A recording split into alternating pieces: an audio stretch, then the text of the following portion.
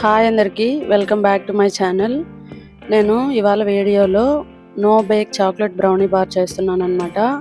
ఇందుకోసం కావాల్సిన ఇంగ్రీడియంట్స్, నేను తీసుకున్న బ్రాండ్స్ ఇక్కడ మీకోసం డిస్ప్లే చేశాను.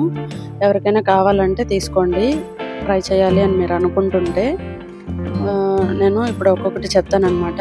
ఇక్కడ కోకో పౌడర్ తీసుకున్నాను, డేట్స్ తీసుకున్నాను, తినే శనగలు అన్నమాట. ఇవి ఉప్పు శనగలు కాదు, ఉప్పు లేకుండా ఉండే శనగలు.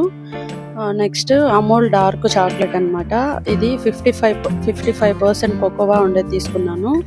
మీకు 99% కూడా దొరుకుతుంది అనమాట. నేను ఇక్కడ కిడ్ కోసం చేస్తున్నాను, సో 55% తీసుకున్నాను. మీరు కనుక అడల్ట్స్ అయితే 99% తీసుకోండి. ఇప్పుడు 1 కప్పు శనగలు తీసుకొని 1 cup dates, 1 tablespoon cocoa powder వేసి మిక్సీ జార్లో వేసి మెత్తగా మిక్సీ పట్టుకోండి.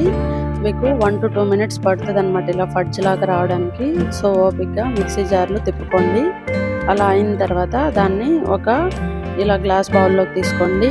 మీకు ఈజీగా ఊడి రావాలంటే గీ అప్లై చేసుకోండి, లేకుంటే బేకింగ్ పేపర్ కానీ అలా ఉంటే వేసుకోండి.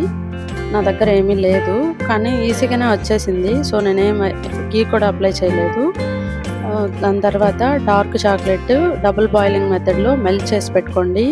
మీకు కనుక లూజ్ కన్సిస్టెన్సీ రాలేదు అంటే 1 to 2 స్పూన్స్ మిల్క్ యాడ్ చేసుకొని కొంచెం లూజ్గా చేసుకోండి. అలా చేసుకున్న దాన్ని ఆ ఫడ్జ్ మీద అలా వేసి స్ప్రెడ్ చేసేసుకోండి ఫుల్గా. దానిపైన డ్రై నట్స్ చాప్ చేసుకున్నావు కానీ గ్రేట్ చేసుకున్నావు కానీ సన్నగా చేసుకొని అందులో వేసేసి 2 to 3 hours అలా ఫ్రిడ్జ్లో పెట్టేయండి.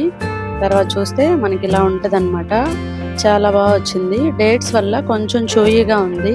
మీరు in case more dates add చేసేటట్లయితే ఇంకొంచెం చూయిగా తయారవుతుంది అనమాట. చూయిగా ఇష్టం లేని వాళ్ళు ఈక్వల్ క్వాంటిటీ తీసుకుంటే శనగలు డేట్స్ పర్ఫెక్ట్గా ఉంటుంది.